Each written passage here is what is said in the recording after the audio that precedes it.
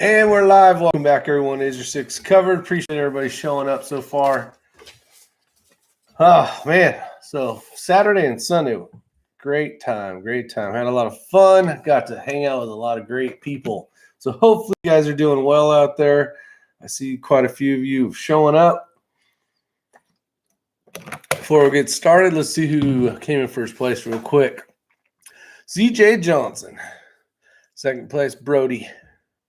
Skull in third, Talking Rock, Silver Fox, what's up? John Rollins, Pursuit of Accuracy. We're going to talk about Mr. Josh. He did an awesome job. And we got Sean Downey, Mr. Jerry Parker. There we go. Awesome, Jerry. Appreciate you doing that. We're going to get to that really quick, and then we're going to have fun. We're going to talk. You guys will see that Jerry in the comments section, being an awesome guy, has put in the links to two organizations. And we're going to talk about the first one, and a big shout out to Patty Dahl, which is now division chief. She got promoted, so congratulations, Patty. But she's been a very big supporter. And I'm going to try to put this in here so you guys can see it. This is a huge challenge coin.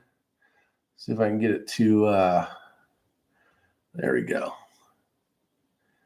Anyways, National Fallen Firefighters Foundation. So that's the first one we're going to talk a little bit about, just for a little bit, and then we'll talk about the match. But we are doing a giveaway, and donations are going to the National Fallen Firefighters Foundation, which Jerry Parker has put in. I'm going to show you a coin that came for my birthday. So if you guys don't know, I just turned 50 yesterday, and I got this in the mail. So check this out. This is a new coin. Come on. Let's see if I can get this to focus. It's an awesome coin, by the way. Come on. Darn you. There we go. Check that out, everybody. We got the National Fallen Firefighters Foundation. And you can see in the background, that's resembles an horrific day in the United States. You can see the Pentagon and the Twin Towers on there. That's where we lost 343 firefighters in law enforcement and civilians, and you know the story of that. But if you want to get in on this giveaway, Vortex, which is sponsoring tonight's channel or tonight's video, as always. But they were gracious enough to give a crossfire and a spark. So if you guys are looking for red dots for your some type of rifle or whatever you want to put them on, these are going to be raffled away soon. So we're going to do it soon. And for those of you guys that have already basically donated to those two organizations, and you send me an email of a picture of you donating, you will be put into the bucket. We got quite a few, not quite a few, but we got enough now where I think we'll be doing a justice to those two foundations. So whether you want to help out the military or you want to help out the firefighter side of the house, whatever you guys want to do, but basically every $10 is a ticket. So if you say you spend $10 with one of the organizations, $10 with the other one, you will be put into the box.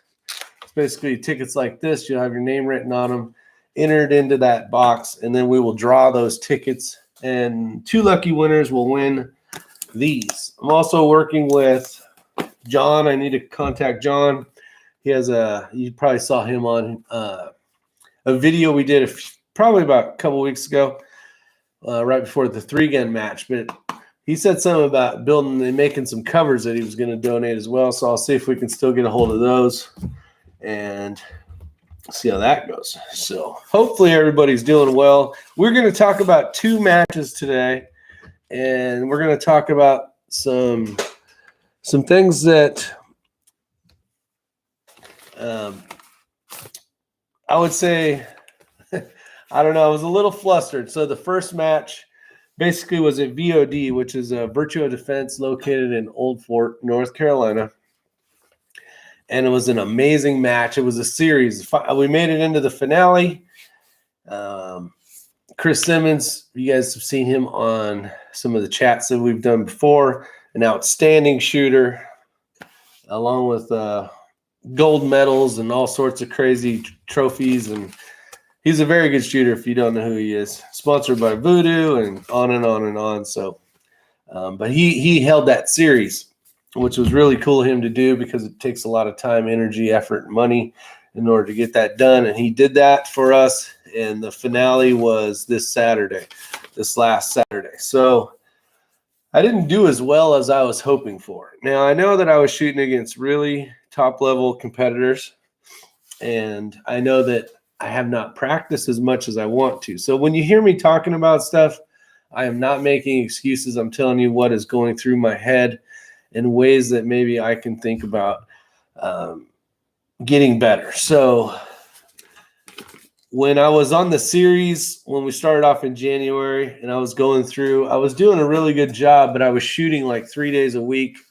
COVID had struck. Nobody was allowed to do anything. So luckily we had a lot of ammunition. We had the gear for it, and we practiced and practiced and practiced and practiced and practiced. And when you do that, you become more proficient shooter. You can get on the gun and find your targets faster and feel more comfortable. And all those little things that you do while you're out training or practicing make you a better shooter. And as you don't do it as much, you lose it. And most of you guys know that, I'm sure. I think if you want to be a better shooter, you must get out to the range. You must consider it your sport, something that you enjoy doing, hopefully, and you put all your time, energy, and effort into it. The problem and the good thing is, as you guys know on this channel, along with X-Ring, we don't do just one type style of shooting, which in turn can really help you be well-rounded in a lot of different types of shooting. But if you want to be a top-level competitor and you don't have the magic skills in order to do that in all facets of shooting, which I'm not really sure there's anyone that can do that. I know there's some that are able to pull off quite a few different style shootings, but to really get good at one thing, you really got to focus your energy into one. And unfortunately, I have not. So we're actually getting around to 3-gun. And 3-gun is, we got a couple big matches coming up. So we're transitioning over to a pistol and a rifle and a shotgun, which has nothing to do with shooting a precision rifle, especially in 22 long rifle. But it's doing the stuff that we were doing with the 22 NRL and PRS style shooting. There was a benefit when we shot the longer stages at this last 3-gun, getting better positions on different barricades. It definitely was helpful, but I walked away. Unfortunately, I don't remember what I got. I got like 22nd or something. So I was right at mid-pack. And I was definitely hoping for a better outcome. Now, I'm going to say I've never gotten a goose egg before. I may have when I say that, because I said it at the match a couple times. I might have in the PRS when I first shot my first PRS match in Utah. And but I didn't even count that as like me really knowing what I was doing. Still don't know what the heck I'm doing. But I don't even know if I got a goose egg on those ones. I probably did. But this last Saturday, I actually ended up with 2 goose eggs. If you don't know what a goose egg is, good for you. But it's a 0 on a stage. So you guys will see here, I got some scores that I wrote on the right. Some of them where you see different ones, it'll be like I was basically keeping track of another shooter just to kind of see where I was at. We started off at stage 1, and everything in this was 90 seconds long. But the targets weren't far. They were semi-small, but it's a matter of how funky the position was, how much stuff you had to do in between each how far you had to move and all sorts of stuff going on. And, I got a 6th the first stage, which there was 9 shots available. So, right there, first thing, kind of a jitters, first stage jitters, if you want to call it that. Second stage, I got a 6 out of 12. So that was another horrible thing. So right before the match, I had zeroed. Everything was lined up good. I was doing good. And then, I was just doing horrible at some of these. I got a 9. I got a 9 on a 10 shot, so almost cleaned that one. Then a 0, an 8. I timed out on that one, actually. I had some mag issues I wrote down. So overall, I wasn't very happy with my performance. So I had left there, and I'll get to your guys' comments here in a section. But I walked away going, man, I really have lost it. I think a lot of that is we had a lot of great shooters because basically we were capturing in the area anyways for that series, the best of the ones from the series, along with some really good shooters that had shown up just to shoot the match. And so you weren't shooting against, people that have never shot before. These are some tough, serious competitors. So it was a lot of fun and enjoyable. And at the same time, it also humbled you as to, man, I thought I would do better. Now, after a certain stage, when I had the 2 zeros, they were spread apart. So it wasn't like all of a sudden something went haywire and I started missing. Because right before the ones I really started sucking at, I actually got a 9 on the ELR, which is extra long range. We shot out to 3. So I got 9 out of 10 on that, and we shot out to 402 yards. The closest target was 303. So that was a fun stage. We had a little bit of wind, so not too crazy, but you did have to hold a little bit. But I walked away basically going, man, I did not do very well. I was down on myself and thinking, you know what, Rick, you should be better than this. I did have a mag issue with the metal voodoo mags. I'm sure you guys have had the issues as well. Sometimes they run really good. Sometimes they don't work. And sometimes you just get to the point where you're scared to use them because you're not sure if it's going to work. So you're like, I'm just going to do a mag change. I know the plastic mags work, and I'll just spend the extra seconds using those. Let's jump out here real quick, say hi to everybody. And man, there's a lot of you in here. Let's see here. Tree Feller 22 LR, Andy Nelson 45 Auto, Dick Hedges, Shaggy Rifleman, Joe Combe, the other Tim Davis, Beaver Whisper, 80 Baja, Barry Danick, John Kreideman. Hello from the Caribbean, enjoying my vacation. Awesome, Kreideman. That is freaking awesome. Be careful. You're probably burning up international minutes right now, so you might want to turn that thing off before you have a $10,000 phone bill. Robert Warren. What up, Willard? Got a chance to shoot with Willard Saturday and Sunday, so that was fun. Talking Rocks out there. DW. Jerry Parker says, hit the thumbs up button. Yes, I would appreciate it if you guys would take a second and hit the thumbs up button. Tyler Orse out there. Thomas Rowland. Tim Rink.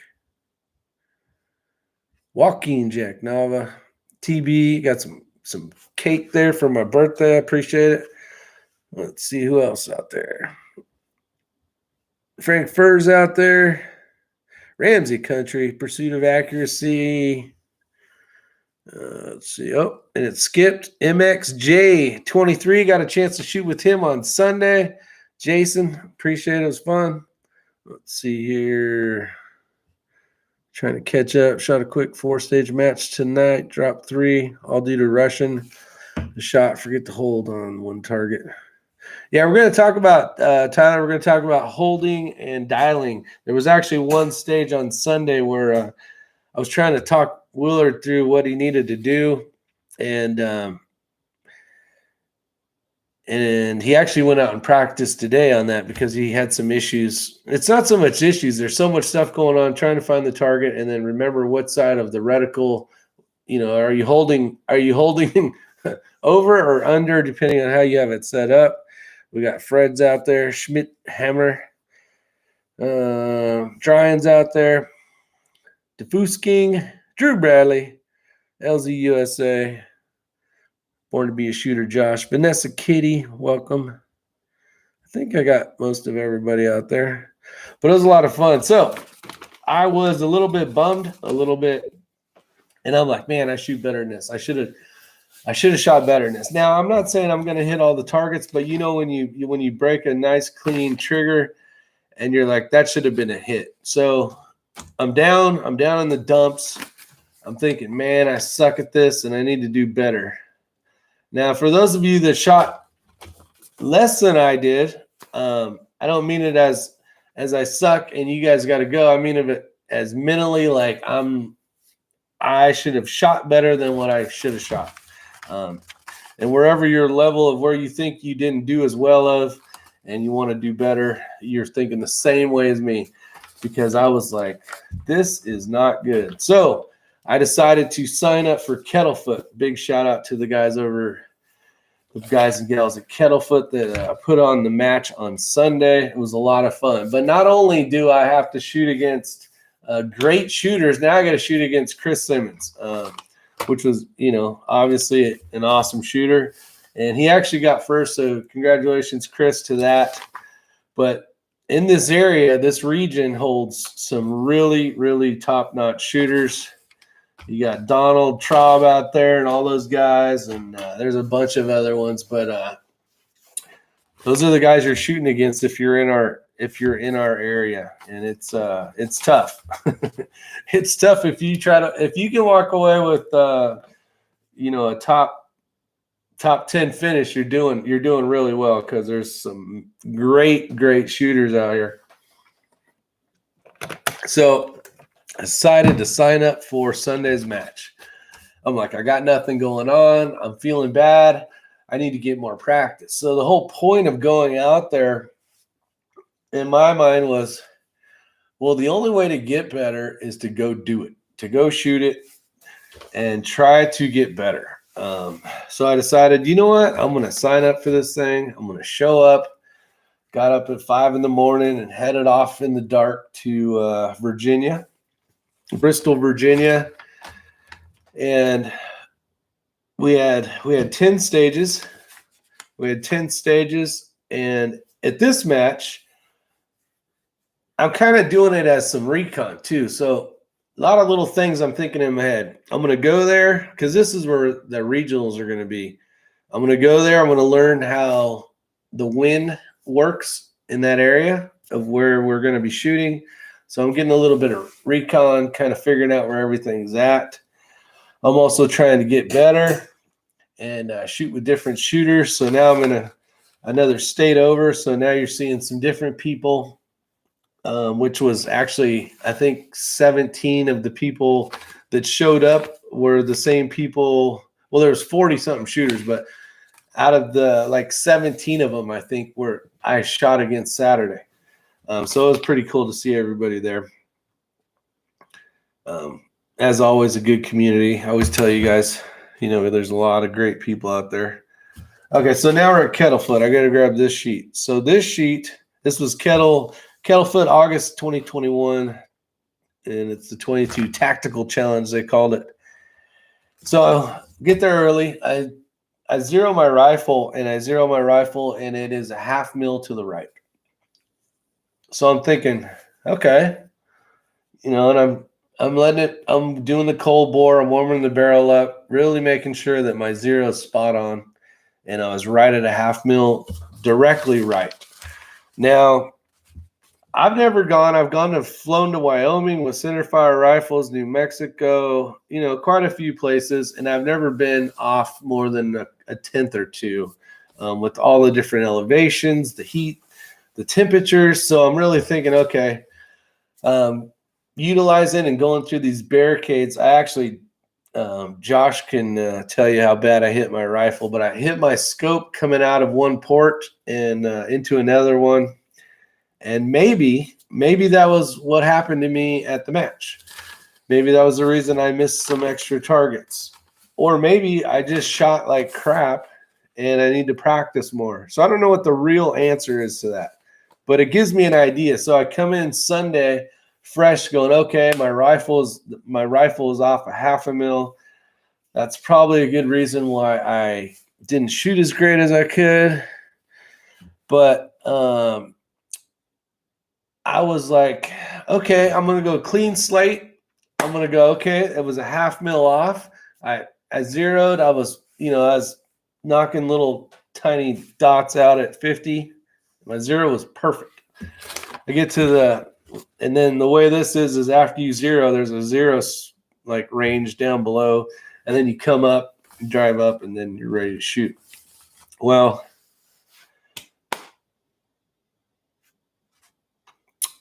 thinking they're giving you 2 minutes here. So normally we have 90-second stages. All Chris Simmons' stages are usually 90 seconds. And this range here was 2 minutes. So you had 2 minutes. One of the things that, because I've shot there once before, and it was in, where's it at? Kettle Foot. It was in April. It was in April when I shot there last. They had a lot of cool things where you like kind of some hidden stuff, the way the range is that goes around it. There's some grass and things, and they hide like squirrel targets in there and little tiny stuff, and you gotta look for them. And this time they had like a hidden Yeti, or no, they called it a Bigfoot, and it was, some of the targets are really tough to find on the outskirts depending on what stage you're on. So it's kind of fun it's kind of a pain in the ass really. But it's kind of cool that you got to find these targets. But 2 minutes, so you're thinking, wow, I got an extra 30 seconds. This is going to be a breeze. And I'm really like thinking, oh, yeah, I'm going to do okay here. So in the squad that I was shooting with Chris and all his buddies. And I don't know if their names, they don't want to say their names on here, so I won't. But they're all really good shooters. So we had a good squad of shooters. Willard was in our squad, which was really cool. Got to hang out with Willard for the day again. And, I'm writing, I don't remember what stage we started on. Actually, we started on 9. So 9, I think I got it. The way they have these things written out, you can't tell which one you're supposed to put your score in until after. So I either got an 8 or a 10. I can't remember. No, the gnomes, I got a 10. So I got an 8 on this. This was the first stage of the day. So I dropped 2, and it was one distance. There were these little cans, probably about that big, at 109 yards. So basically the size of a can. And you had to transition back and forth from each one. So you shot 5 positions. You shoot the red one, then the blue one. And they're kind of tough. There's this background stuff that they use, or like old, like when people want to be a mayor and that kind of stuff. They're like those kind of boards where it has all the stuff on it. So there's a lot of distraction in the background. So finding the targets, depending on the height where the target is, can be a pain in the butt. But I got an 8 on that one. So I'm thinking, okay, I did all right. And I was fortunate enough. Hold on, I'm going to sneeze.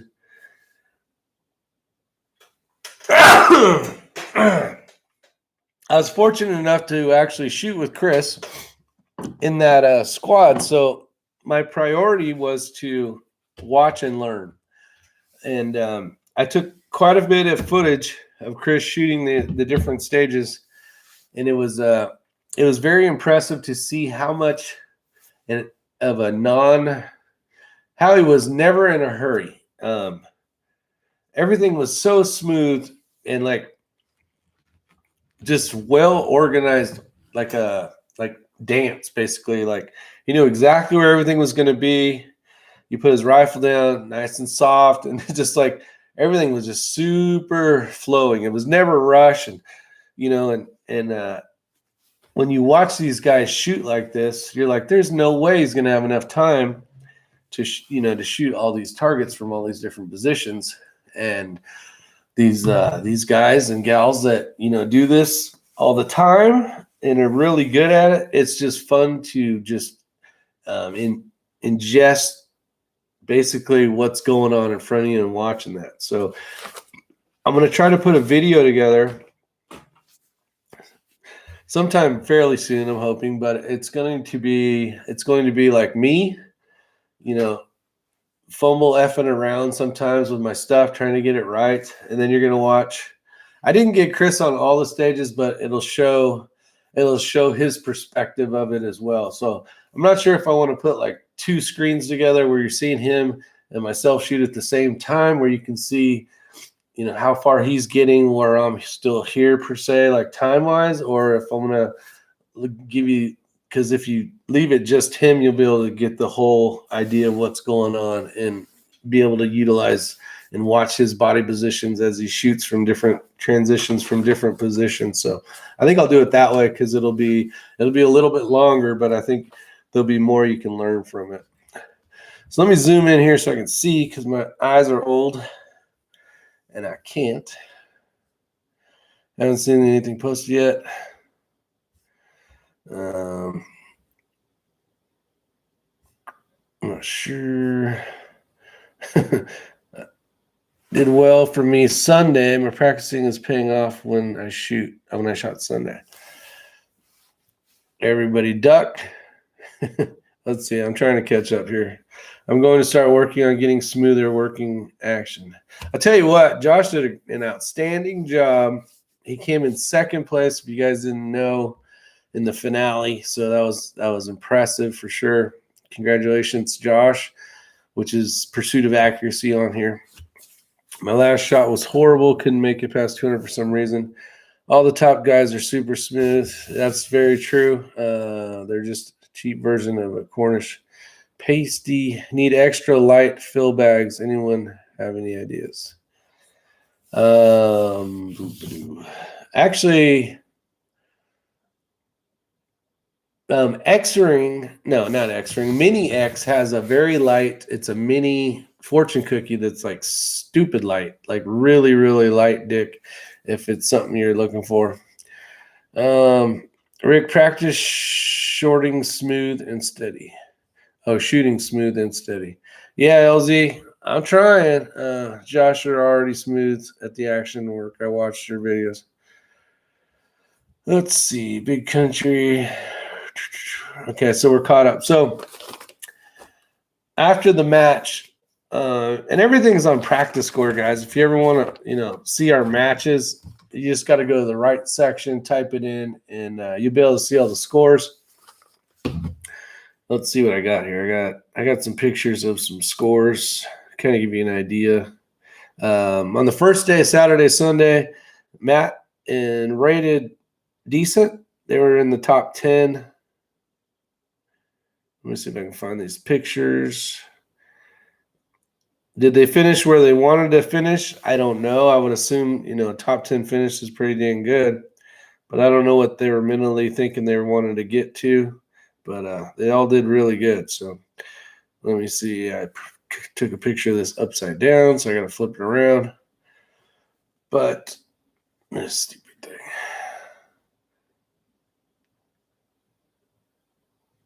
Oh, Chris Beck did decent. He got top 15. He said he wasn't shooting as great as he should have, but he did it. He did kick my butt. I had those 2 zeros just killed me on time. Yeah, Tosh. So we got Josh Thomas. We got Donald Traub in third. Matt Pierce got 5th. And then Ray Helms got 6th for the VOD Rimfire Series finale. And then for total points, hold on. I scored, I'm way down here. Hold on. What did I get? Oh, I got 27th out of, I think it was 50 shooters. So mid-pack, basically. not where I'd want to be, but it's where I ended up. So I'll take that. I didn't want to have 2 goose eggs, but it is what it is. And then Matt got 8th and Ray got 7th on the total for the whole series. So that's pretty cool. And Josh got 2nd as well. So huge shout out to Donald Traub. He got 1st place on that. Josh got 2nd overall for the series. Ben Blevins, John Cole, and so awesome job, gentlemen. Mini X, just so you guys know, if she hasn't put a video out yet, she actually got, for the series, she got top lady? It wasn't top junior or lady. I can't remember which one it was. Anyway, she walked away with a couple trophies, and she did an outstanding job. So congratulate her if you see a video of hers come up or something. We're in COVID lockdown here in Southeast Queensland, so can't get to the range. Well, that sucks. How do I delete a comment? I don't know, Brian. Which one is it? Maybe I can delete it for you. Did you type something you should have? Oh, Mac Ev was out there shooting as well. Who else we got out here now that I'm zoomed out? Dick, you buy Get Light Fill or whatever they call it from Armageddon Gear. That is true. They can. What's up, Mike? 21 STI. Big Country. I think we caught up again. I think she got both top lady and junior for the series. Yeah, I believe that's what it was. Yeah, she did an outstanding job. The trophies were amazing. Josh would know about it. I wouldn't. But, yeah, they looked really cool. And I don't know who got them done. I think it was one of the shooters actually makes them. I don't remember which one, but definitely makes cool trophies because he does them all over the place. The Yeti ones are really cool. Let's see here. So that was the results. The final thing that comes out of this for me was Travis. That's it. Travis made man. He does an outstanding job making these trophies, by the way, if you guys aren't familiar. If you see them on those pictures on different forums like VOD when they do the show the winners and all that, it's pretty awesome. They put a lot of time and energy into them for sure. If you're on your phone, just select your own comment. Oh, gotcha. Still trying to figure that out. So at the end of the day, things I learned. Oh, we want to talk about this real quick. So Willard. So Willard's out there still, I believe. There was a target. Let me see if I can find it. It should be pretty easy. It was a Bobcat. All right. Do you know Bobcats? That was the name of the stage. It was stage 8. It says shooter will begin standing behind the bench top. On the beep, shooter will engage the Bobcat target. Then leftmost gnome with 1 round each. Hit or miss, move on. So basically you went from 2 targets. One was at where the hell's the Bobcat? The Bobcat was at 127, and then you had targets 191, 192, 189, 193, 195. So basically all the same. The dope for those were 5.9. You had a 6.1, a 6.62, and a 6.8. And the Bobcat was 2.7. So there was no way in hell you were going to have enough time. I guess maybe you could. Now, for me, I'm not fast. So that would have burned way too much time up. I wouldn't have had time to dial back and forth from every shot. So I basically dialed 3. I dialed 3, and then I held 6. So what that means is I dialed 3 in the reticle. So now my 0, and this is where I think Willard was getting confused. My 0 is now 3.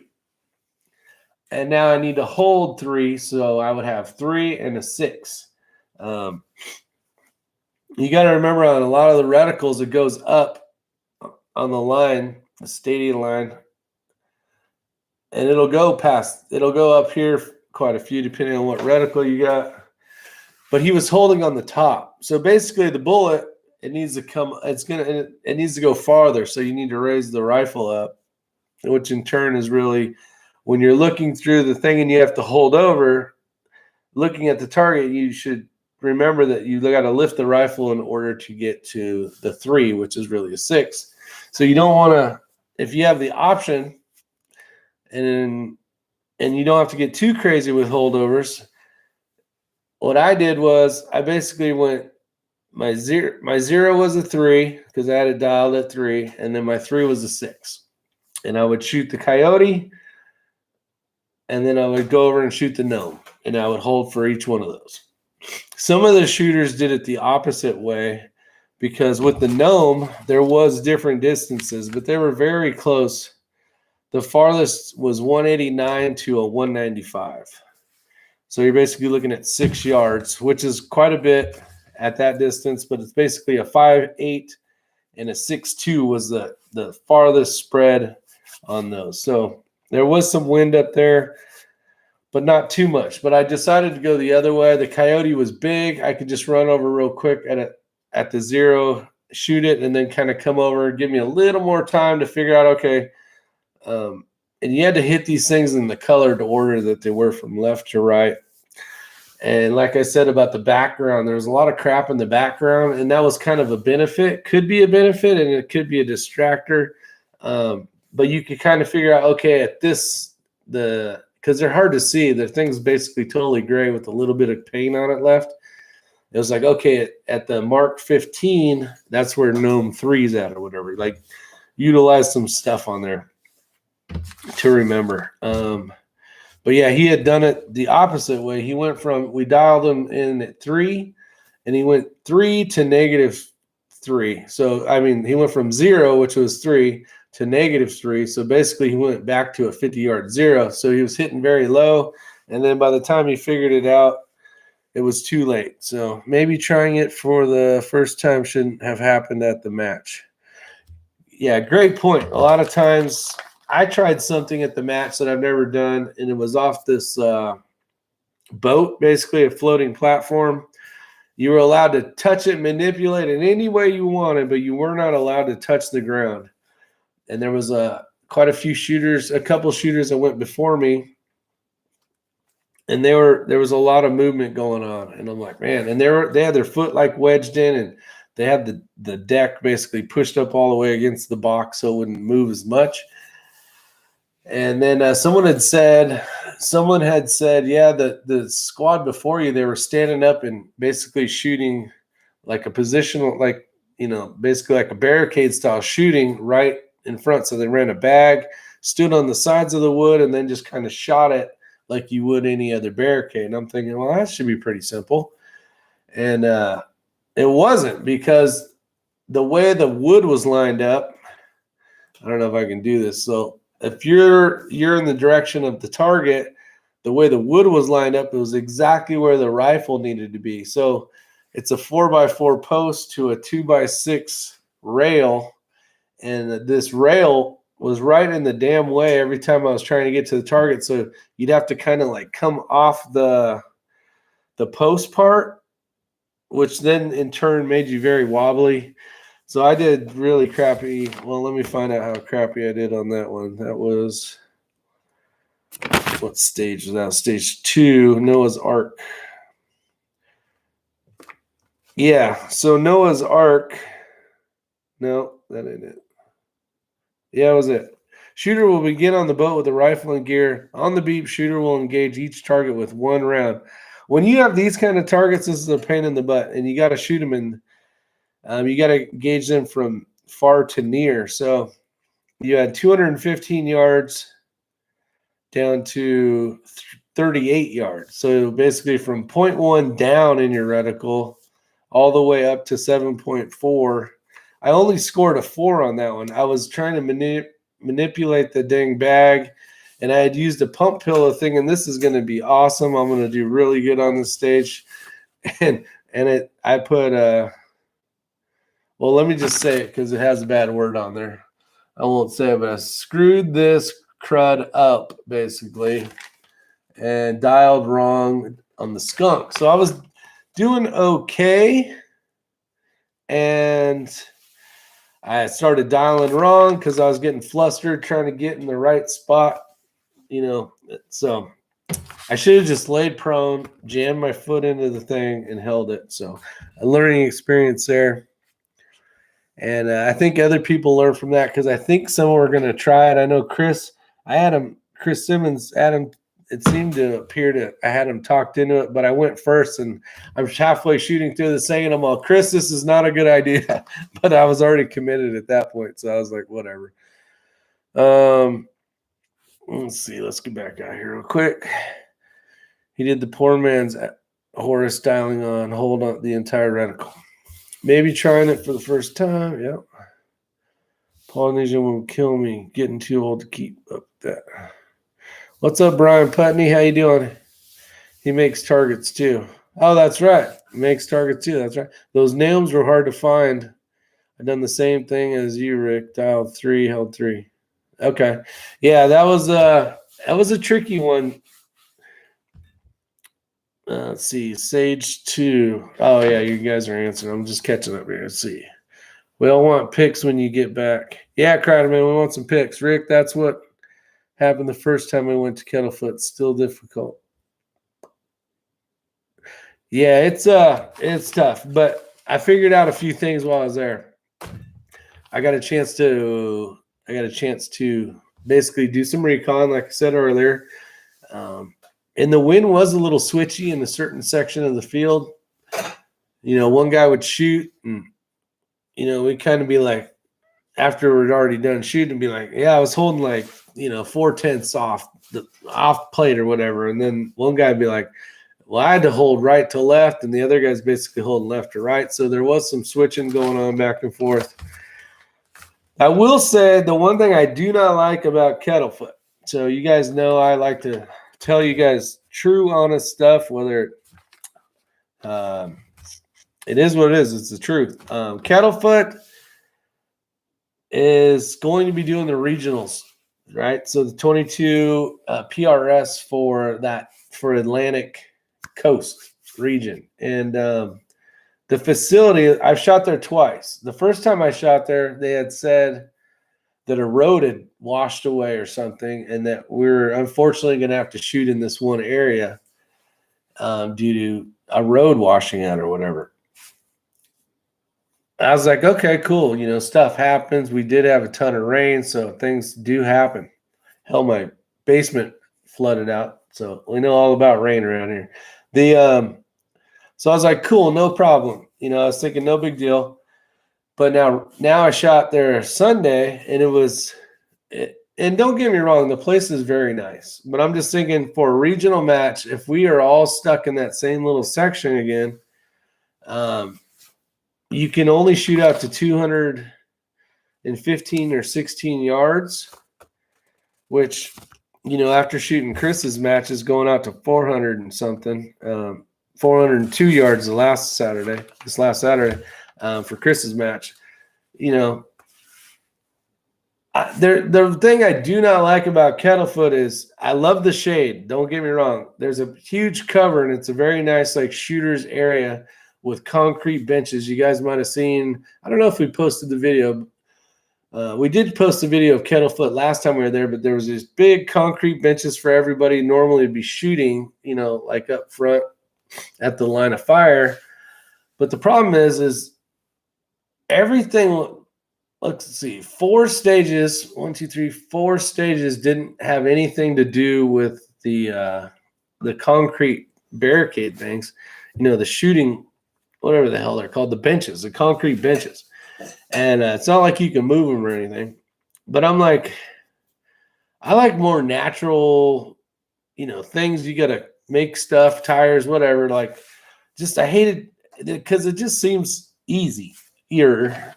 Let me use the word at the end of it.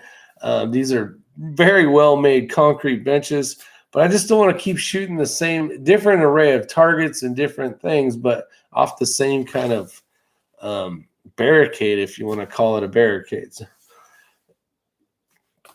So that was the one. That was the one thing I'd ding him on if I was a range scorer. Was those 8 stages underneath the canopy, 8, 9, 10. No, it'd be 6 stages underneath there. So didn't like that part. But other than that, it was a lot of fun. The people that run the match do a really good job. It's really cool too. They basically tell you if you want to eat lunch, let me write your order down. They go get it, and then you pay for it when it gets back. So it's nice to have a nice warm burger and fries and drink or whatever you're going to order. So that was really cool.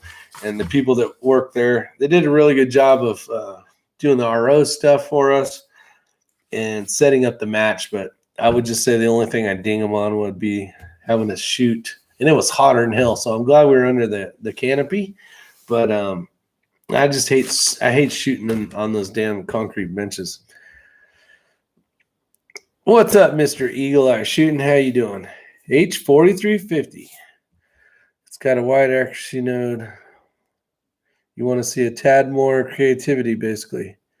Yeah, diffusing, I would. Even if they put like 2x4s or something over the concrete, or even if they had to use that area, maybe put like rocks or some crap where you gotta, or maybe like weird, little, I don't know, like a damn army can or something. Like, okay, yeah, we can't get rid of the concrete, but like throw some crap you got to shoot on top of, just so it's not the same damn concrete table every time. So that'd be my 2 cents I would tell them. For someone without the skill set that you have, it is easier. I enjoyed it. Actually, Kreideman, this would have been a really good one for you because there was only one stage. I think it was only one. Let's see. Tank trap, you had it prone. Yeah, you would have been able to shoot this match, Kreideman. I know if you guys don't know, Kreideman's neck's hurting a little bit, so he's having some issues shooting prone. But I think you might have been able to pull this one off, buddy. D-Tac should work good. David Tubbs loves the 6. I like the D-Tacs. D-Tacs are a great bullet. I got 2 boxes of them sitting right there. One's empty, though. I really like the ones with the coating. What barrel length? So, yeah, that's basically what happened. I wanted to give you guys the insight. Let me check, see how long I've been yapping. Only 47 minutes. Hell, I'm running out of material here. But I want to give you guys an update. You go to the match. You do sucky. And you're basically wounding. You're licking your wounds. Sign up for the next match as soon as you can. Go out there and do it. Do it the next day if you can. That was my plan. Like, okay, in order to get over the hump, you got to continue on. So go sign up for something else so that you can forget about that match that you sucked at. And this match, I don't know if I told you guys or not, but I was middle of the pack again. And I don't want to be middle of the pack. I don't, some people would love to be middle of the pack, right?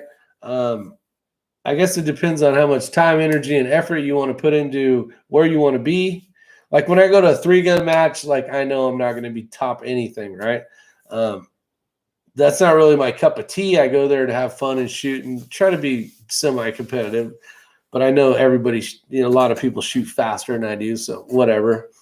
But I enjoy it, and I get to hang out with, people that I enjoy hanging out with.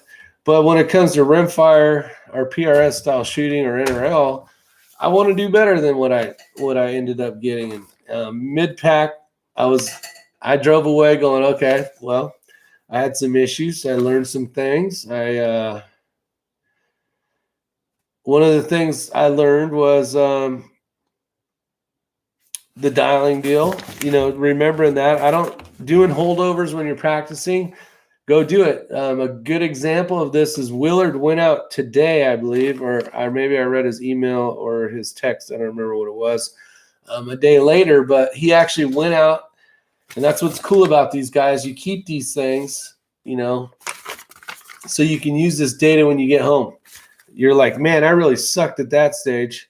So you're like, I'm going to set this up. I need a target at X amount of yards, this one at X amount of yards, and here's what I got to do. and go out and do it.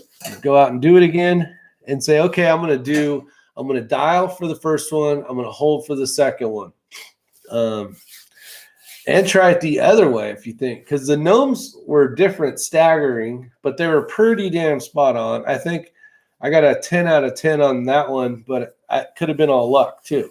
I might have guessed the win correctly that one, but for me it was easy. As soon as I went over to the Bobcat, I knew I was basically hitting rear portion of it. It was a pretty large target compared to some of the stuff that Chris shows. But it was basically a Bobcat about yay big, I think, and the hind section of it and the whole leg, like that was the biggest chunk.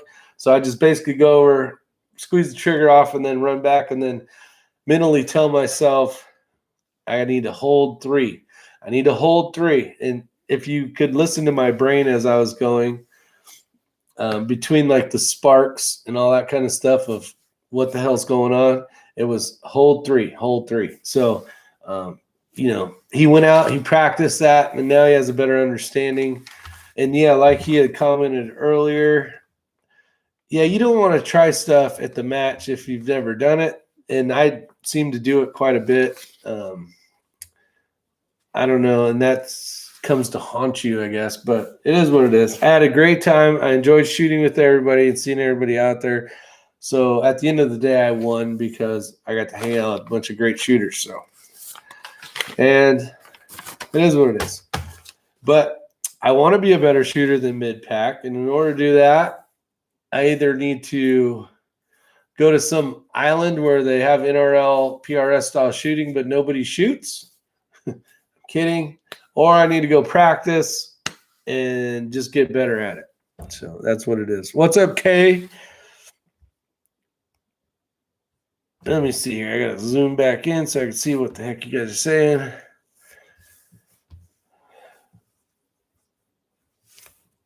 Shit, Eagle Eye. I don't want no Remex, buddy. 6 creators out there. I've cold board golf ball 475 yards. 30-inch 1.7. Ramsey Country talking about 6 by 47.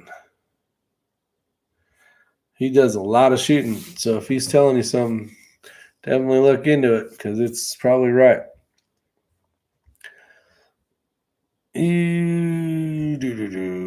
Better than middle of the pack. You did not shoot as well. Yeah, I didn't. And I felt like crud about it.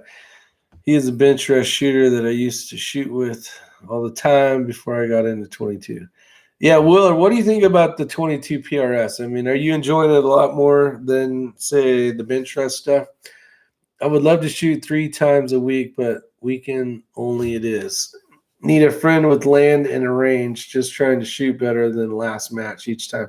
Yeah, Sean, that's well said. Those are the things, guys. If you look into practice score, it'll tell you what your percentage of hit ratio is. So it doesn't matter if you're at the bottom, the middle, or the top. You can always go, okay, I had a 72% hit ratio. So the thing I want to work on is get to 75%.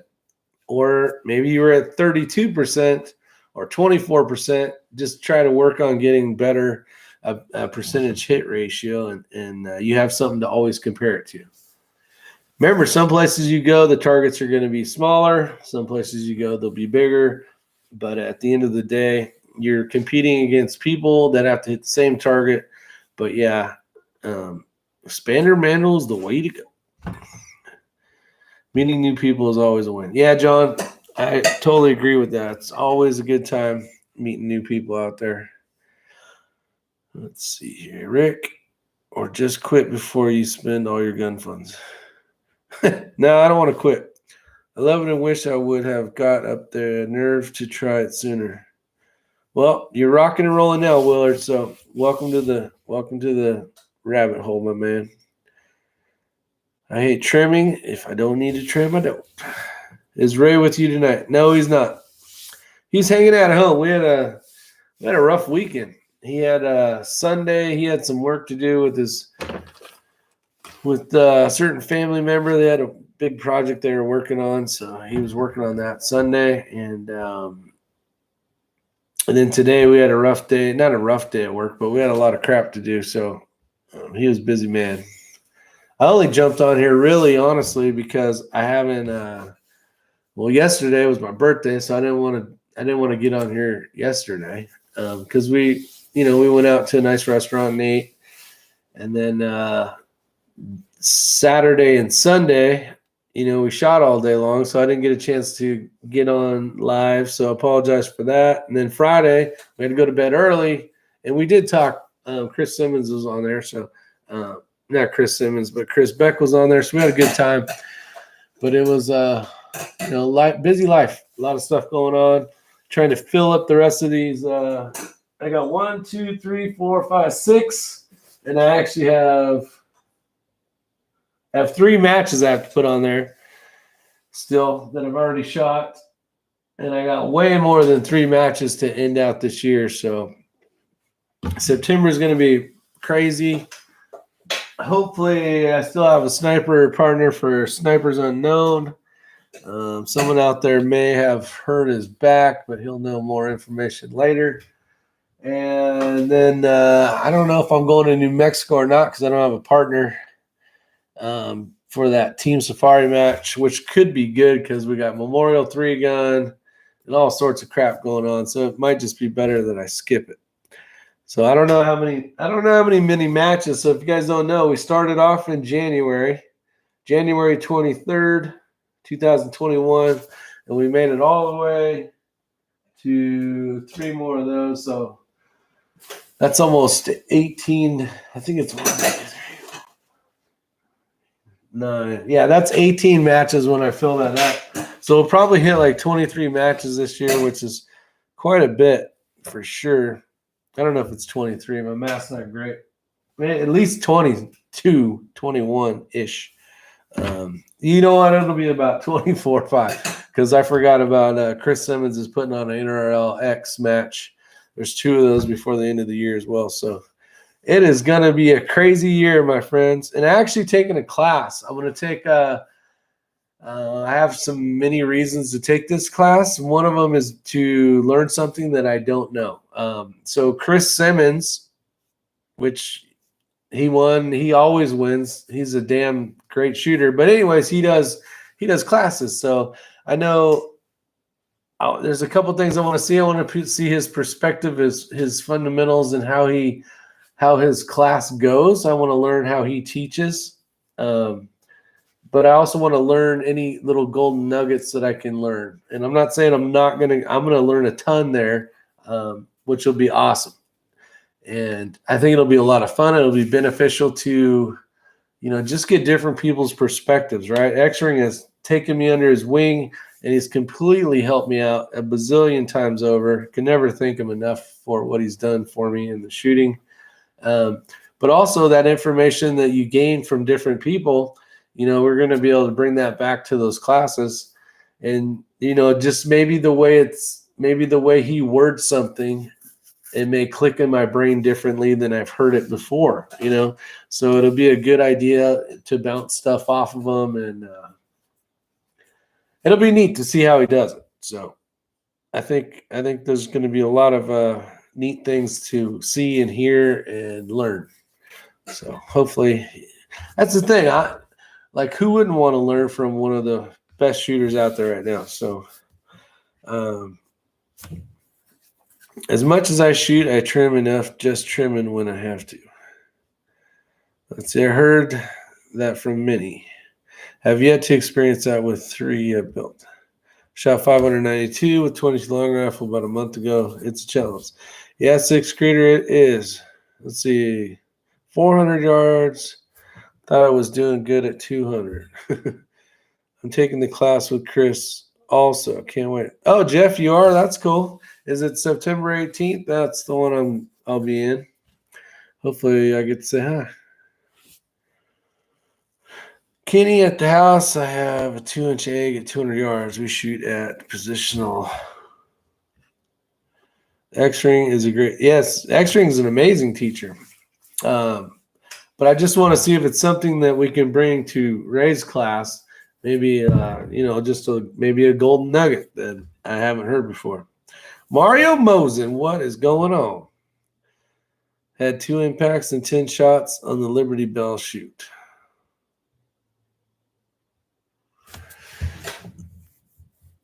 I'm with you on that, Six Creator.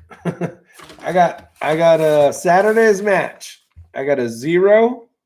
Let me tell you my lowest scores. I got a 2, a 0, a 3.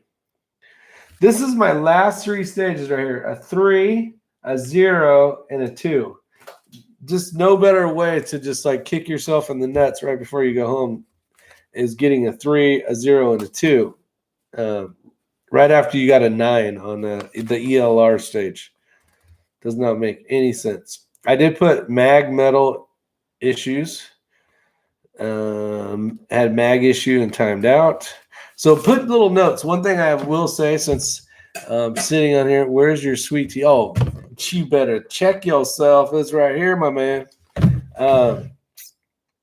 Is this time, which is completely different than I've ever done. I'm trying to get more data in, more data out, right? So good information. When you have good information and you put it somewhere, it's better than just throwing a bunch of crap together and then, good information in, good information out. Where you put in crap, you get crap out. You guys have heard the thing before. So what I did was in the morning, I wrote the temp down. And it wasn't in the morning, but I wrote the temps down throughout the day. At 10:27, it was 71 degrees.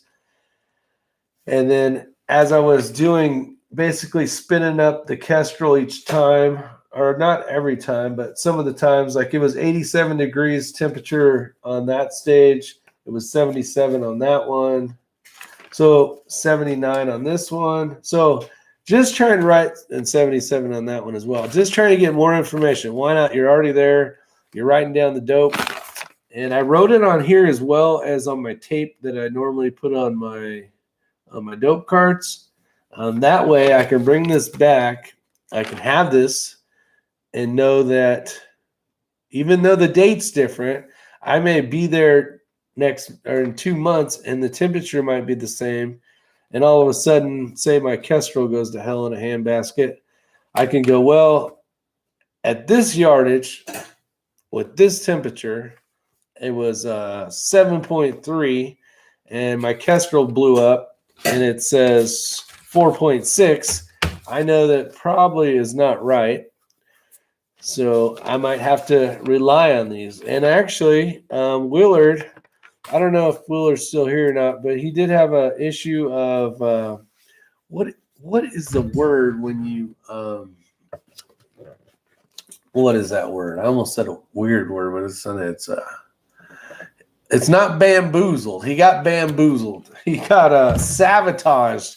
He did get sabotaged, and if he's still out there, tell me yay or nay on whether I can talk about his sabotage or not.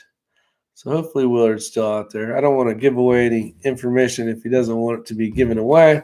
But while we're waiting for that, I'm going to go ahead and drink a little bit of the magic.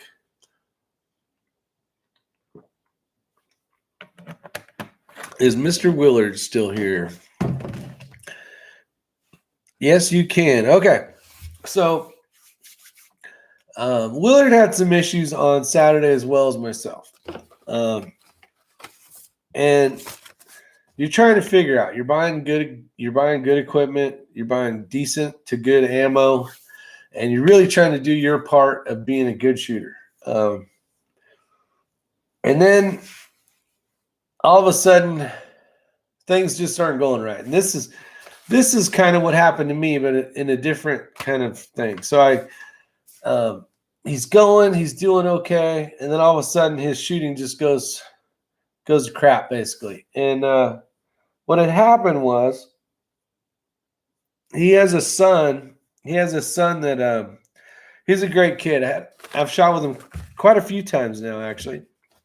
And whether for whatever reason, I have no idea what it is, but he had turned the wind, basically his wind, he dialed, I don't remember what it was. It was like a half mil, 8/10 of a mil. I don't remember what it was, but basically someone had messed with Willard's reticle. When you kind of go there and you know that you haven't turned your wind, you haven't dialed anything on wind. You know it's on 0 because you haven't touched it.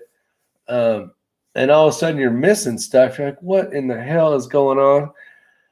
So anyways, this kid ended up messing with his turrets. And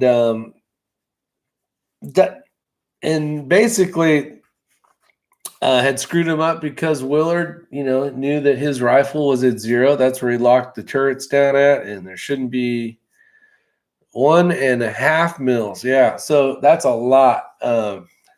Me being a 0.5 mil off, I was missing everything, but a 1.5 mils, like, holy hell, I can't even see my shot or my miss.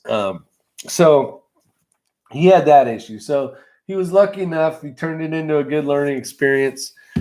And, he reprimanded him by not letting him shoot Sunday, which I thought was pretty cool. It's like, hey, you're gonna hang out with us because normally you'd be shooting, but today you're not going to shoot. You're just going to be watching.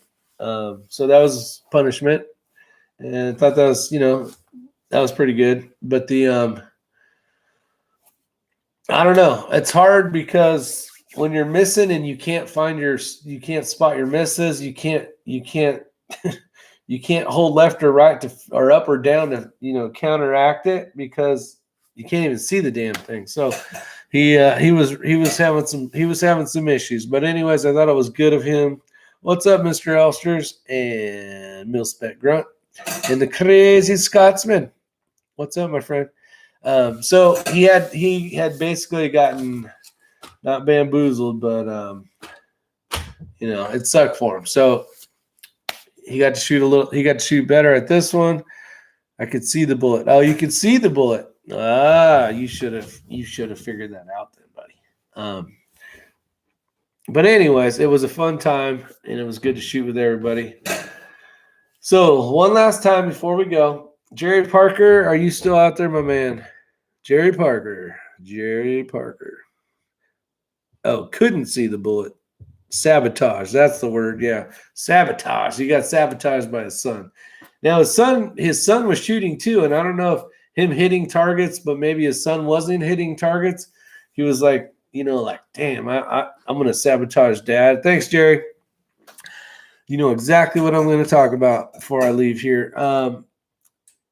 So I don't know what the deal was with that, which is a great learning experience, learning, hey, don't mess with people's rifles and that kind of stuff. So he made it a good thing. He made it a learning experience, and it is what it is. But Jerry Parker, he has graciously put the places that you guys can go to win these. And I'm not going to promote these much longer, guys. If you guys want to try to win these, I just want to get this done and mailed off so I don't have to deal with this anymore. The Spark AR and then also the Crossfire. These are the upgraded versions. You guys can win these. All you need to do is get over to the 2 links, one or the other.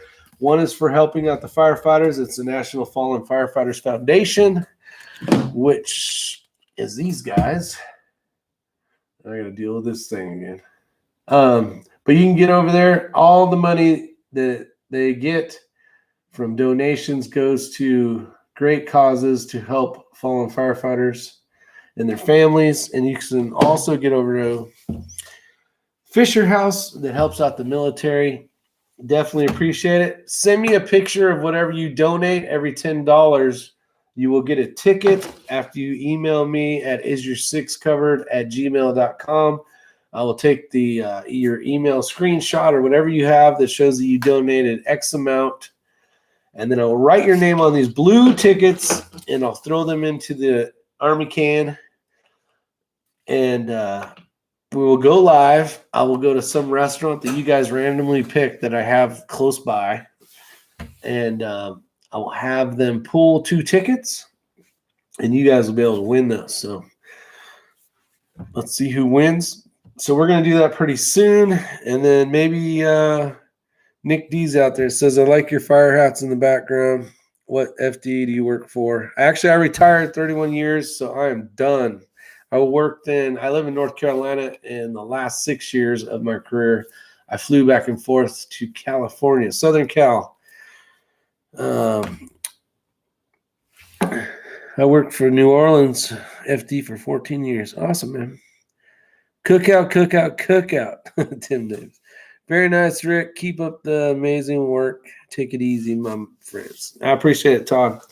I appreciate it. I want it, Todd. When are we going to see those? Todd Elster's Rifles and Reloading has designed another awesome thing. So see these cheesy ones, Todd, which are great. They were great, but now that Todd has ones that can actually go from like 50 BMG or 338 Lapua or something, all the way down to like 22s when you're reloading stuff. I want one of them trays, my man. Send me a bill. Send them on the way. Let's go. Move it. Hitting Steel, California's there. Let's see. Just got on it. Can't even win them, but I still 70. Yeah, so if you guys don't know, Tree Feller, he well, you could win them, really. Unless you just want to, you just put the money in, but your names will be on the ticket, so you can donate them to whoever you want if you want to do that as well. And have you got your Kestrel yet, Tree Feller, that I sent? God, it seemed like forever ago. What's the price point on the trays? I don't know. I'm going to have to wait till he gets out there. They are freaking amazing, though. I don't know if you guys had a chance to see them yet. Anyways, get over there. I know if you guys go to my brain's not working, EP. What is it? I can't remember. EP Integrations. They have a YouTube channel as well, and I think you can see all the cool stuff that they make over there. Maybe somebody can help me in the comment section. All is well. Let's see here. I tipped over a full tray of 25 Creamore today. Thought about that tray instantly. Yeah, I know. Especially if you guys are getting into reloading. These fit a lot of different stuff. The problem is they fit a lot of different stuff. His tray is basically, obviously it's not this fat, but what I'm going to try to tell you is there's these 3 pieces. I think it's 3. So basically when you put the shell in there, you go like this, which you can't see. I'm exaggerating stuff right now because I can barely hold on to them. But you basically slide the one over, and then they lock. And it locks in like this. So around each bullet, they like squeeze in together. It's freaking cool as shit. Anyways, I need one. Actually, I need 2. And hurry up. Get them going. Go to the fire station and do it. Oh, that would be cool, too.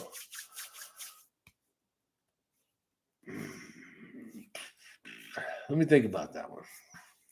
Got to figure out what fire station I can go to.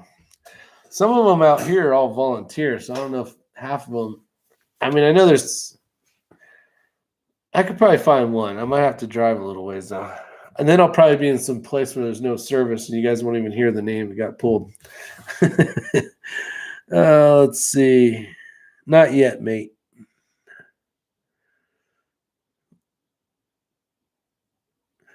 All right, let me see if I'm good here.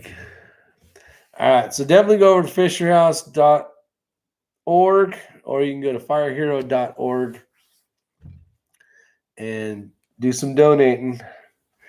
Let's see. I think we're good. I think we are good. Spilled primers, drop powder, spilling cases. Oh, how wonderful things can be. That's right, Hitting Steel. That is right. You guys are awesome, by the way. Jerry Parker, huge shout out to Jerry Parker, giving the links to all the stuff. You are amazing. You guys have a wonderful night. We're going to end this about 15 minutes early because I think you guys need to get to bed earlier. And I got to go. I got to go to the little boys' room. So you guys have a wonderful night. I got to drop off some of this, but bam. See you guys on the next one. Hope you enjoyed the video. If you liked it, hit the thumbs up button, which looks like most of you guys did. So you guys take care, and we'll see you soon. Everybody did a donation to Fire Hero. Awesome, Willard.